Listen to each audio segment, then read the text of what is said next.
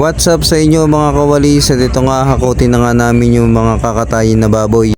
At yun nga guys, yung isa nakita na namin, yan yung itim na plastic na yan. Bali kaya nga pala nakababa sa gilid yan, iniiwanan na nag-deliver yan. Kami na bahalang pumick up.